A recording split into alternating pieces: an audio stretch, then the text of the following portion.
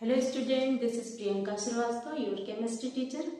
Last lecture में मैंने electrochemistry से बहुत से इम्पॉर्टेंट फार्मूलाज बताए थे जो एग्जाम में आने वाले हैं।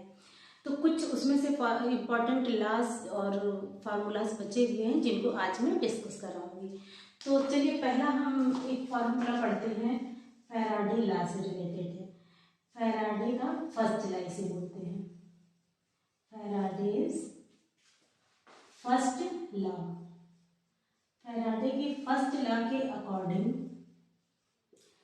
M is equal to Z into Q होता है, ठीक। और Q इज इक्वल टू हमको पता है Q क्या है, चार्ज है। तो चार्ज की जगह हम लिख सकते हैं करंट इंटू टाइम, ठीक है। तो ये जो है फैराडे का फर्स्ट लॉ है, इससे रिलेटेड बहुत से क्वेश्चन आते हैं। तो अब ये M क्या है, M होता है mass of substance, mass of substance deposited at the cathode. यानी कि जब किसी भी सेल में दो इलेक्ट्रोड होते हैं, एक कैथोड और एक एनोड। एनोड पर ऑक्सीडेशन होता है, कैथोड पर रिडक्शन होता है। तो जब रिडक्शन के बाद जो भी वहां पे डिपॉजिट होता है सब्सटेंस, उसका मास डिपॉजिटेड एट कैथोड, ठीक है।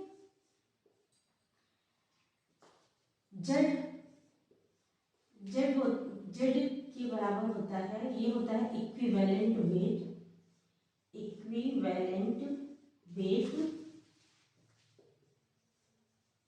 अपॉन फैराडे कांस्टेंट, जो कि फैराडे कांस्टेंट है 96500 कूलम। ये जेड की वैल्यू होती है। आई मीन्स होता है करंट जो उसमें फ्लो हो रहा है, और टी है टाइम इन सेकंड, कितने सेकंड वहां पे करंट फ्लो हो रहा है वो टाइम है। तो इक्विवेलेंट वेट को निकालने के लिए ये फार्मूला होता है, equivalent weight is equal to होता है atomic weight upon valency. Valency का मतलब जो आयंस उसमें टूट रहा है उस पर कितना वैलेंसी है या कितना चार्ज है। तो ये देखिए फैराडे का फर्स्ट लॉ है, इससे रिलेटेड बहुत से क्वेश्चन आते हैं। दूसरा है फैराडे का सेकंड लॉ,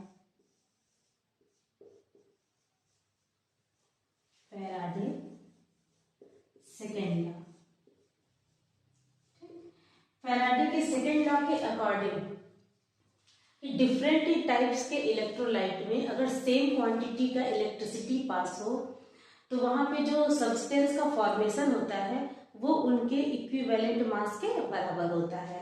इट मीन्स अगर हम दो इलेक्ट्रोलाइट लेते हैं जिनका वेट होता है हमारा W1 और W2, तो ये इक्विवेलेंट मासेस के बराबर हो जाएंगे, यानी E1 अपॉन E2, ठीक। तो ये हो गया फैराडे का सेकेंड लॉ। स्टूडेंट ये भी और ये दोनों क्वेश्चन बच्चों बहुत इंपॉर्टेंट है, ठीक। तीसरा एक आता है खरास लॉ।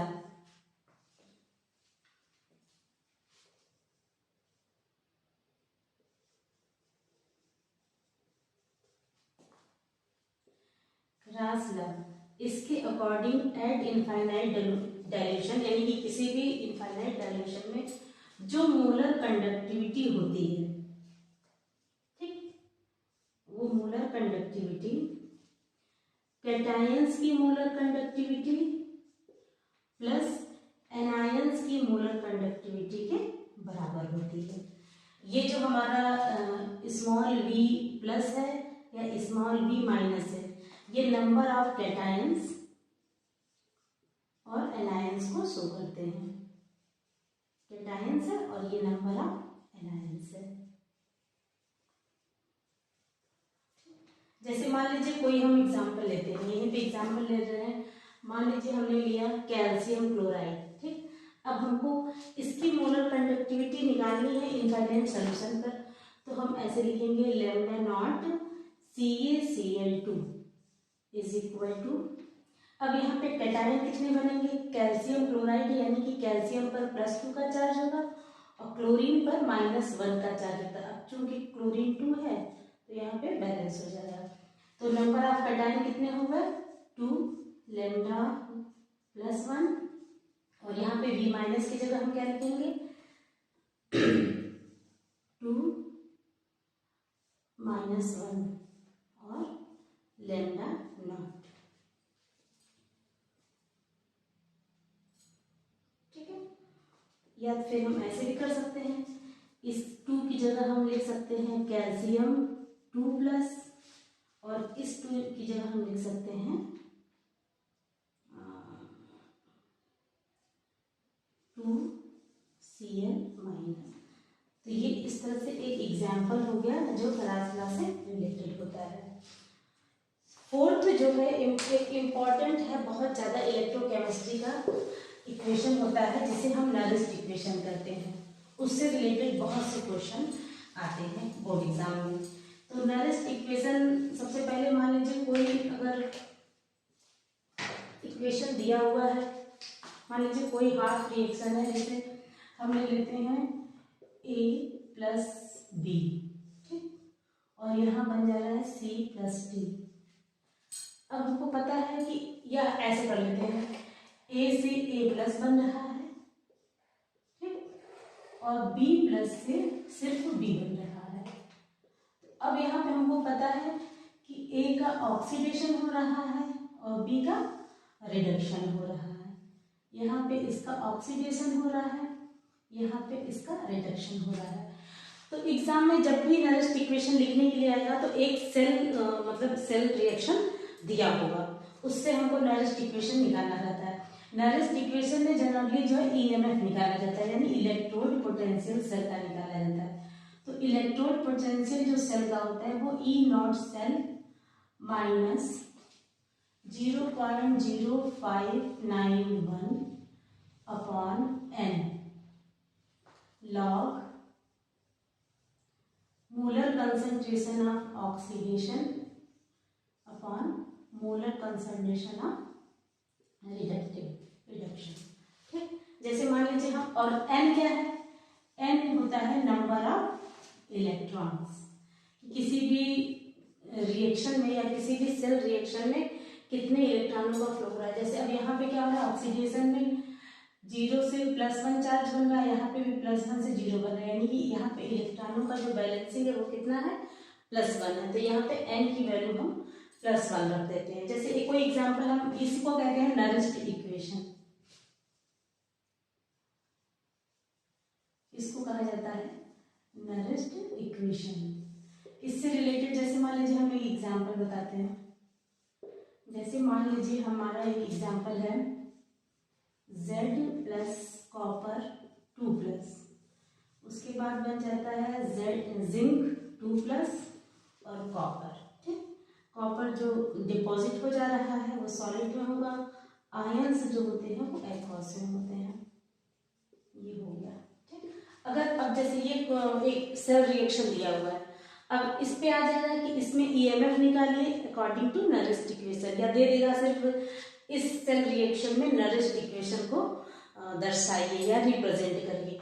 तो हम नरिस्ट इक्वेशन का जो इक्वेशन है उसको हम ऐसे लिखेंगे, E cell is equal to E not cell minus 0.0591 upon, अब n की वैल्यू यहाँ पे 2 प्लस है, तो इसका मतलब अगर बैलेंस करने के लिए इलेक्ट्रॉन अगर 2 प्लस यहाँ से रिमूव हो रहे हैं तो इलेक्ट्रॉन भी यहाँ पे कितने निकल रहे होंगे, 2 इलेक्ट्रॉन निकल रहे होंगे। तो यहाँ पे n की वैल्यू हो जाएगी 2, उसके बाद आ जाता है लॉग। अब यहाँ पे ऑक्सीडेशन हो रहा है जिंक का, तो ऊपर वाले पे हम लिखेंगे जिंक 2 प्लस और नीचे वाले में कॉपर का रिडक्शन हो रहा है तो हम नीचे लिखेंगे copper 2 plus. E not cell, इसको निकालने के लिए हमने कल बताया था एक formula, E not cell is equal to होता है ई आर माइनस ई ओ, यानी ईएमएफ या इलेक्ट्रोड पोटेंशियल ऑफ रिडक्शन और इलेक्ट्रोड पोटेंशियल ऑफ ऑक्सीडेशन। ये जनरली जो है जो ऑक्सीडेशन और रिडक्शन जिसका हो रहा है वो वहां पे क्वेश्चन में गिवन होता है। तो इस तरह से बहुत से क्वेश्चन इससे नियरेस्ट इक्वेशन से आते हैं। तो चलिए एक एक करके जितना भी फार्मूला हमने लिखवाया है उससे रिलेटेड एक एक क्वेश्चन हम आप लोगों को एग्जाम्पल के तौर पे बताते हैं, और वही क्वेश्चन बताएंगे जो काफी बार इम्पोर्टेंट है, मतलब काफी बार बोर्ड एग्जाम में पूछे गए हैं। तो चलिए एक बार डिस्कस करते हैं क्वेश्चन को।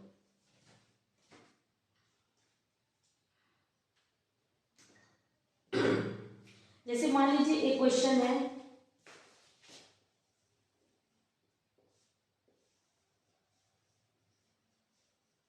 calculate the time to deposit the time to deposit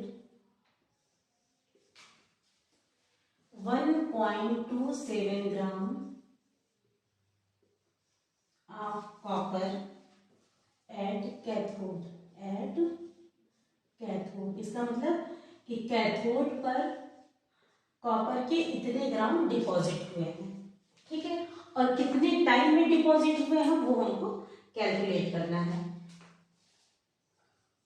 पूरा क्वेश्चन है when a current of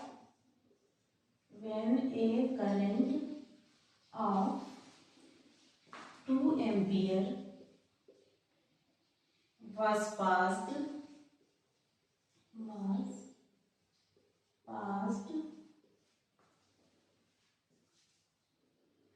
through the solution of copper sulfate,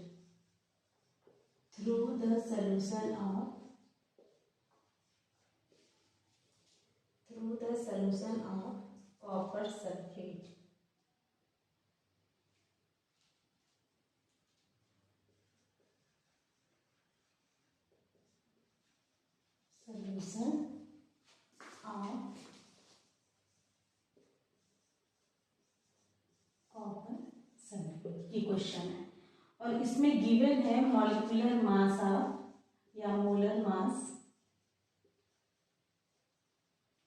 of copper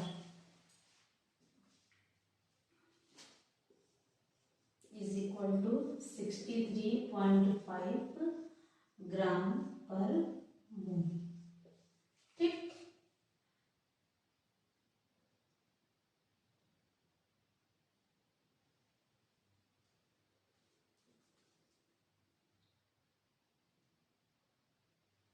अब क्वेश्चन क्या है, calculate the time to deposit 1.27 gram, यानी कि ये हमारा क्या, पहले हम लिख लेंगे क्या क्या दिया हुआ है। सोल्यूशन करने के लिए सबसे क्वेश्चन में पढ़ते समय हमको ये देख लेना चाहिए कि क्या क्या पहले गिवन है, उसको हम पहले लिख लेते हैं। तो गिवन है 1.27 ग्राम, यानी कि m is equal to given है 1.27 ग्राम। फिर उसके बाद क्वेश्चन है कि कैथोड पर ये डिपॉजिट हो रहा है इतने gram with a current of 2 ampere, यानी कि I is equal to 2 ampere दिया हुआ है। ठीक, T हमको यहाँ पे फाइंड आउट ही करना है, T इज इक्वल टू हमको फाइंड आउट करना है। दूसरा लिखा हुआ है मोलर मास ऑफ कॉपर का इतना दिया हुआ है, मोलर मास, यानी कि हम इसको लिख सकते हैं एटॉमिक वेट या मोलर मास, कॉपर का दिया हुआ है तो वही एटॉमिक वेट ही है ये। ठीक है, या हम इसको ऐसे लिख दे रहे, molar mass of copper is equal to 63.5। ठीक, अब m गिवन है, I गिवन है, T निकालना है, तो हमको पता है कि m इज इक्वल टू होता है ZIT। अब यहाँ पे देखिए m दिया हुआ है, Z हमको निकालना पड़ेगा, ठीक, और I गिवन है, T हमको निकालना है, तो T हम पहले इधर कर देते हैं लेफ्ट साइड। अब क्वेश्चन जो होता है हमारा, जो फार्मूला बनता है वो बन जाता है m upon Z into I। m की वैल्यू दी हुई है 1.27 ग्राम, ठीक, और z की वैल्यू क्या होती है, z हमारा होता है equivalent upon equivalent weight upon, z हमने बताया था कि z इज इक्वल टू होता है equivalent weight upon Faraday constant, ठीक, यानी 96500। और ये equivalent weight is equal to क्या होता है, equivalent weight is equal to होता है एटॉमिक वेट अपॉन वैलेंसी। ठीक है, अब यहाँ पे देखिए कॉपर सल्फेट, कॉपर भी डिपॉजिट हो रहा है। कॉपर सल्फेट में जो कॉपर का ऑक्सीडेशन नंबर होगा वो कितना होता है, +2 से ये कॉपर जो है चेंज हो रहा है कॉपर में। ठीक, तो यहाँ पे कॉपर पर ऑक्सीडेशन नंबर +2 है, इसका मतलब इसकी वैलेंसी भी यहाँ पे क्या हो गई, 2 हो गई। तो इसकी जगह हम 2 रख देंगे। एटॉमिक वेट हमारा जो है मोलर मास दिया हुआ है। तो चलिए इसको हम करते हैं। जेड की वैल्यू निकालने के लिए यहाँ पे हम क्या करेंगे, अब ये हो गया 96500। तो एटॉमिक वेट हमारा कितना दिया हुआ, 63.5 अपॉन 2 इंटू 96500 कूलम। ठीक है,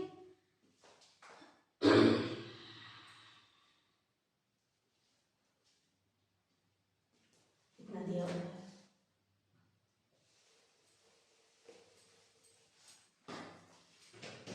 अब ये पूरी वैल्यू हम यहाँ पे पुट कर लेते हैं। ठीक है, तो क्वेश्चन के अकॉर्डिंग जो हमारा फार्मूला है वो ये है।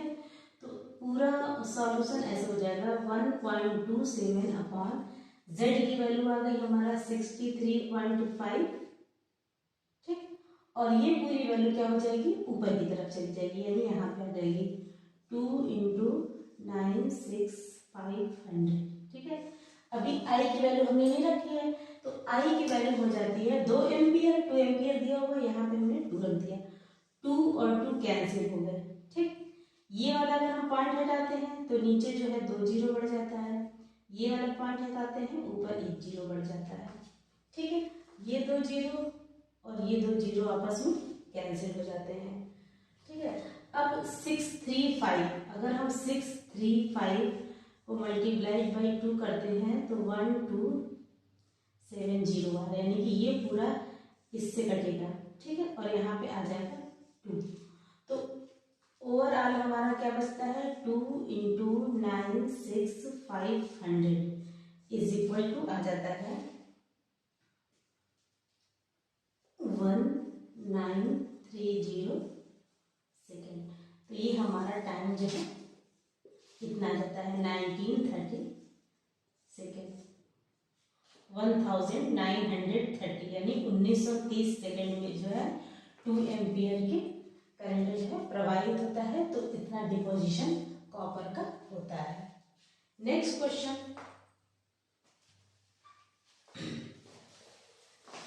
चलिए नेक्स्ट क्वेश्चन करवाते हैं आप।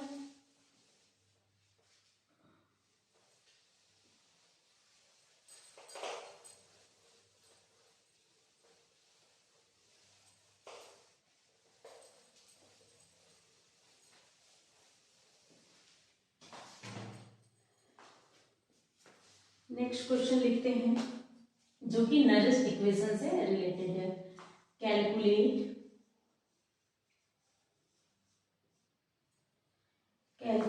The EMF of cell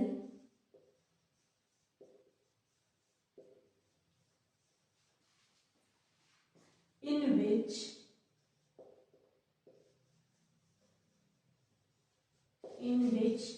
the following reaction takes place, in which the following reactions takes place। देखिए बच्चों, क्वेश्चन इसी तरह से आते हैं। ठीक है, ये जितने भी हम क्वेश्चन करवा रहे हैं सारे बोर्ड एग्जाम में पूछे गए हैं, तो ये बहुत इंपॉर्टेंट है, इसको आप बहुत ध्यान से पढ़िएगा। और जितना मैंने बताया है फार्मूला और जितने भी क्वेश्चन मैं करवा रही हूँ उसमें से कुछ नहीं तो 50% तो आना ही आना है बोर्ड एग्जाम में। इक्वेशन दिया हुआ है, निखिल +2 AG प्लस, अब यहाँ पे ये देखिए ब्रैकेट में दिया रहेगा 002M, ये होता है मोलर कंसंट्रेशन। ठीक, इक्वेशन ऐसे बनती है 2 प्लस, इसकी भी वैल्यू दी हुई है 0.160M, उसके बाद आ जाता है 2 AG, तो तो हमने बताया था कि जो आयंस होते हैं वो एक्वस फॉर्म में होते हैं और जो एलिमेंट होते हैं न्यूट्रल वो जो होते हैं सॉलिड फॉर्म में होते हैं। अब इसमें गिवन है, क्वेश्चन में ही गिवन है, गिवन दैट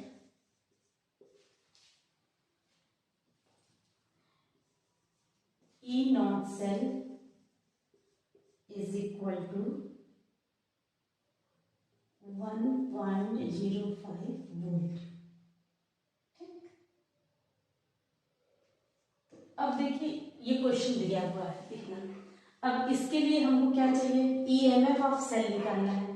तो ईएमएफ सेल का निकालने के लिए फार्मूला होता है E cell is equal to E not cell minus 0.0591 upon n log molar concentration of oxidation, molar concentration of reduction. तो सबसे पहले हम रिएक्शन में देखते हैं कि किसका ऑक्सीडेशन हो रहा है, किसका रिडक्शन हो रहा है।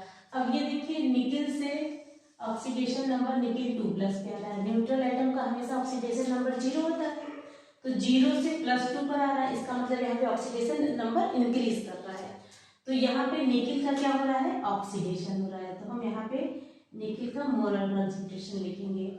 इसी तरह सिल्वर क्या हो रहा है, सिल्वर 2+ से सिल्वर में चेंज हो रहा है, तो यहाँ पे सिल्वर का क्या हो रहा है, यहाँ पे रिडक्शन हो रहा है, तो हम यहाँ पे Ag+ लिखेंगे। अब यहाँ पे 2 सिल्वर है तो ये पावर यहाँ पे 2 हो जाता है। ठीक, इसी को कहा जाता है नरेस्ट इक्वेशन। ये हमारा जो बन रहा है ये हो गया नरेस्ट इक्वेशन। ठीक, अब ई सेल यहाँ पर गिवन है, ये जो ई नॉट सेल दिया हुआ है ये गिवन है, तो सिंपल सा क्वेश्चन है, 3 नंबर में आता है ये। ई सेल की वैल्यू यहाँ पे दी हुई है 1.05 volt minus 0.0591 upon n. N की वैल्यू यहाँ पे देखनी पड़ेगी कि कितना इलेक्ट्रॉन इसमें से कितने रिलीज हो रहे हैं। तो यहाँ पे जाहिर सी बात है +2 है, तो इलेक्ट्रॉन जितने पॉजिटिव होते हैं उतने ही इलेक्ट्रॉन फ्लो करते हैं, निकलते हैं। तो यहाँ पे अगर 2+ है या यहाँ पे भी 2+ है तो n की वैल्यू यहाँ पे आ जाती है 2। फिर उसके बाद आ जाता है लॉग ऑक्सीडेशन ऑफ निकिल, मतलब मोलर कंसेंट्रेशन ऑफ निकिल। तो निकिल का मोलर कंसेंट्रेशन यहाँ पे दिया हुआ है। ठीक है, तो यहाँ पे हम लगाते हैं 0.16। उसके बाद कंसेंट्रेशन किसका लिखना है हमको, रिडक्शन वाला पार्ट का, तो ये आ जाता है 0.002 और यहाँ पे पावर 2 है तो हम यहाँ पे भी इसको 2 कर देते हैं। फिर इसके बाद इसको हम फाइंड आउट करते हैं, फार्मूला सिंप्लीफाई करते हैं। सिंप्लीफाई करने के लिए पहले 0.5 वोल्ट माइनस 0.0591 अपॉन 2 लॉग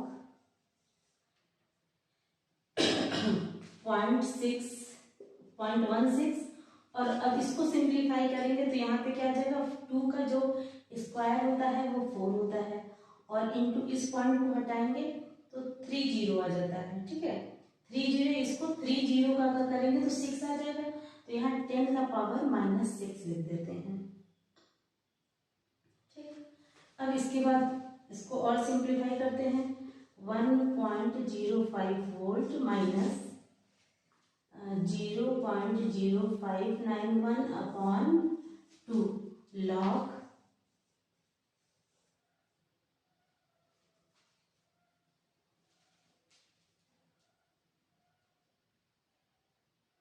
0.16 हो जाएगा। ये 0.16 अगर हम पॉइंट यहाँ पे हटाते हैं तो 4 4 जा 16 होता है। ठीक है, अब यहाँ पे अगर ये पॉइंट हटाया यहाँ पे तो यहाँ 2 0 बढ़ जाएगा और ये 4 4 जा 16 हो जाएगा, यहाँ 10 का पावर -4 हो जाएगा। ठीक है, 100 और -6 यानी 100 को कहते हैं 10 का पावर 2, 2 में -6 करेंगे तो -4 हो जाएगा। तो लॉग का जो डिवीजन होता है वो हमारा क्या हो जाता है, log 4 इंटू, अब ये जो माइनस वाला ऊपर पोर्शन जाएगा तो 4 इंटू 10 का पावर 4 हो जाएगा। ठीक है, अब इसी तरह इसको सिंप्लीफाई करते जाएंगे, 1.05 वोल्ट माइनस 0.0591 अपॉन 2। ये प्लस में वैल्यू है तो इसकी मल्टीप्लाई है तो यहाँ पे जो लॉग होते हैं वो प्लस में हो जाते हैं, यानी यहाँ पे आ जाएगा log 4 प्लस ये जो पावर होता है वो आगे हो जाएगा log 4 log 10। ठीक है, ये हमको पता है कि अगर डिवाइड वाला पोर्शन हो, जैसे अब यहाँ पे log 4 की वैल्यू गिवन होती है, या अगर log 4 की वैल्यू गिवन नहीं है तो log 4 को हम 2 स्क्वायर भी कर सकते हैं तो 2 log 2 भी हो जाता है।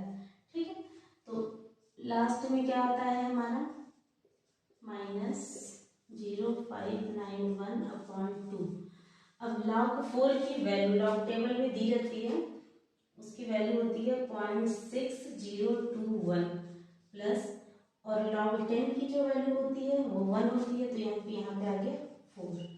ठीक है, अब बाद में इसको सिंप्लीफाई करने पर आंसर हमारा आ जाता है 1.05 माइनस 0.0591 अपॉन 2, और ये पूरा करने के बाद आ जाएगा g into 4.6021 is equal to 1.05 minus 0.2719 upon 2। अब इसको जब हम डिवाइड करते हैं तो यहाँ पे आ जाएगा 1.05 माइनस इसको डिवाइड करने पे आता है हमारा 0.13। यहाँ पे कितना बचा, 1 बचा, 5 9।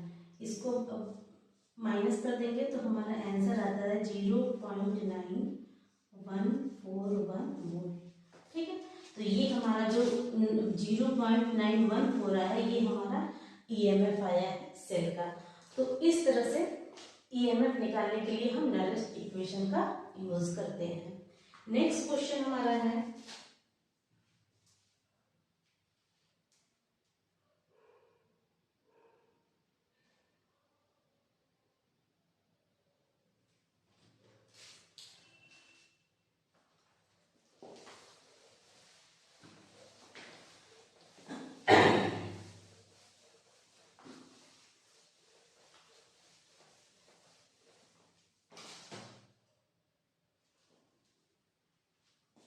नेक्स्ट क्वेश्चन, कभी कभी क्वेश्चन दे दिया जाता है कि चार्ज निकालना है। जैसे मान लीजिए ये एक नंबर का क्वेश्चन आता है, जैसे मान लीजिए क्वेश्चन है how much charge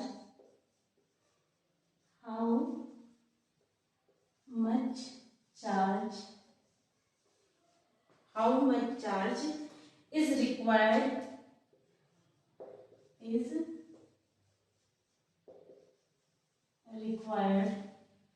for the following reaction,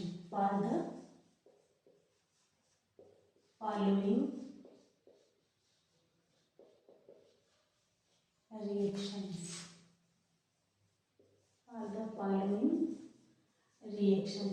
अब इसमें जैसे पहला दे दिया है 1 mole of aluminium 3 plus 1 mole of aluminium 3 plus से मतलब 2 एल्यूमिनियम। ठीक, दूसरा दे दिया है 1 mole of copper 2 plus 2 copper. तीसरा क्वेश्चन है इसमें 1 mole of MnO4 minus 2 Mn2 plus. ठीक है, ये क्वेश्चन दिया है, इसमें हमको चार्ज निकालना है। तो अब ना तो यहाँ पे करंट दिया हुआ है ना तो टाइम दिया हुआ है, हमको बेसिकली यही पता रहता है कि जो चार्ज होते हैं वो इज इक्वल टू होते हैं आई और टी के। तो ना तो यहाँ पे एम्पियर है और ना ही टाइम है। तो चार्ज निकालने के लिए चार्ज किस पर डिपेंड करता है, नंबर ऑफ इलेक्ट्रॉन पर डिपेंड करता है और फैराडे कांस्टेंट पर डिपेंड करता है, यानी कि charge is also equal to n into F. और यहाँ पे हम यही फॉर्मूला यूज करते हैं। ये Q है, O नहीं है, इसको मैं से Q लिख देते हैं। ठीक है, n क्या है, नंबर ऑफ इलेक्ट्रॉन। ठीक, जो इलेक्ट्रॉन यहाँ पे रिलीज हो रहे हैं, और H क्या है, फैराडे कांस्टेंट, जिसकी वैल्यू होती है 96500 कूलम।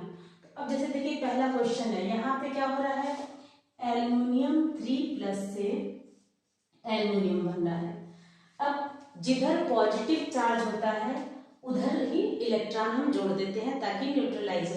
अभी ये बैलेंस्ड इक्वेशन नहीं, इधर 3+ है और इधर 0 है, तो 3+ को कैंसिल करने के लिए हम इधर कितने इलेक्ट्रॉन जोड़ेंगे, 3 इलेक्ट्रॉन जोड़ेंगे। ठीक है, इस रिएक्शन में यानी कि 3 इलेक्ट्रॉनों का रिलीज मतलब इलेक्ट्रॉन जो है इसमें से ऐड हुए हैं।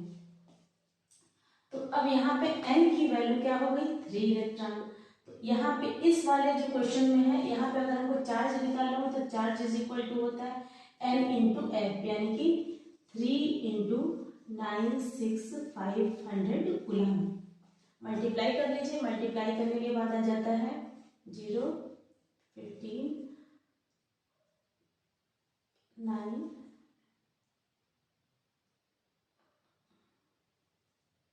28 कूलम। तो ये आ गया पहले वाले का चार्ज। ठीक, इसी तरह दूसरे वाले में देखिए, कॉपर 2+ से सेकेंड वाले में यहाँ करते हैं, कॉपर 2+ से कॉपर बन रहा है। ठीक है, तो यहाँ पे 2+ है तो जाहिर सी बात है यहाँ पे 2 इलेक्ट्रॉन ऐड हो रहे होंगे, तो यहाँ पे नंबर ऑफ इलेक्ट्रॉन कितने हो गए, 2। अब इस क्वेश्चन के लिए अगर हमको चार्ज निकालना हो तो 2 इंटू 96500 कूलम कर देंगे। ठीक है, तीसरा वाला आ जाता है, तीसरा में क्या है कि 1 मोल ऑफ मैग्नीज ऑक्साइड यानी कि MnO4- से बन रहा है Mn2+। अब हमको पता है ऑक्साइड यानी ऑक्सीजन का, तो यहाँ पे कुछ चेंज नहीं हो रहा है, चेंज किसका हो रहा है, मैग्नीज का हो रहा है। तो यहाँ पे हमको मैग्नीज का ऑक्सीडेशन नंबर हमको निकालना पड़ेगा। अगर ऑक्सीडेशन नंबर नहीं निकालने आ रहा है तो हम ऐसे निकालेंगे, जिसका ऑक्सीडेशन नंबर निकालना होता है उसको हम मान लेते हैं X प्लस, यहाँ पे ऑक्सीजन का ऑक्सीडेशन नंबर होता है -2 और टोटल नंबर ऑफ ऑक्सीजन है 4 इज इक्वल टू, अगर इस मॉलिक्यूल पर कोई चार्ज है यानी वो एनायंस में है या कैटायंस में है तो इक्वल के इधर वही चीजें हम लिख देते हैं। जैसे ये माइनस है तो हम यहाँ पे -1 लिख दिए, अगर कुछ नहीं होता है, अगर मान लीजिए यहाँ पे कुछ नहीं होता तो हम यहाँ पे 0 लिख देते हैं। ठीक है, तो x की वैल्यू अगर हम यहाँ पे निकालेंगे तो आ जाएगा -1, x इज इक्वल टू +7, यानी कि यहाँ पर जो मैग्नीज का ऑक्सीडेशन नंबर है +7 है। तो अब देखिए यहाँ पे मैग्नीज का क्या हो रहा है, रिडक्शन हो रहा है। ठीक है, तो मैग्नीज +7 से +2 पे जा रहा है, +7 से +2 पे जा रहा है। तो यहाँ पे इलेक्ट्रॉन कितने ऐड होंगे, इधर +2 है तो इधर भी +2 ही होना चाहिए तभी ये रिएक्शन बैलेंस होगा।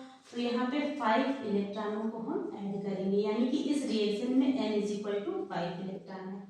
अब अगर इसको लिए चार्ज निकालना होगा तो हमारा क्या हो जाएगा, 5 इंटू 96500 कूलम।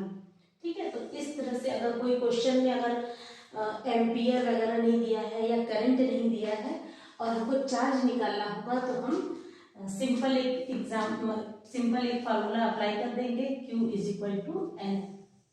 ठीक है, तो इस तरह से जो क्वेश्चन पूछे जाने वाले होते हैं वो मैंने आज आप लोगों को डिस्कस करा दिया है। कल मैं केमिकल काइनेटिक्स से रिलेटेड कुछ क्वेश्चन आप लोगों को ऐसे ही डिस्कस कराऊंगी जो बोर्ड एग्जाम में बहुत इंपॉर्टेंट है। Thank you.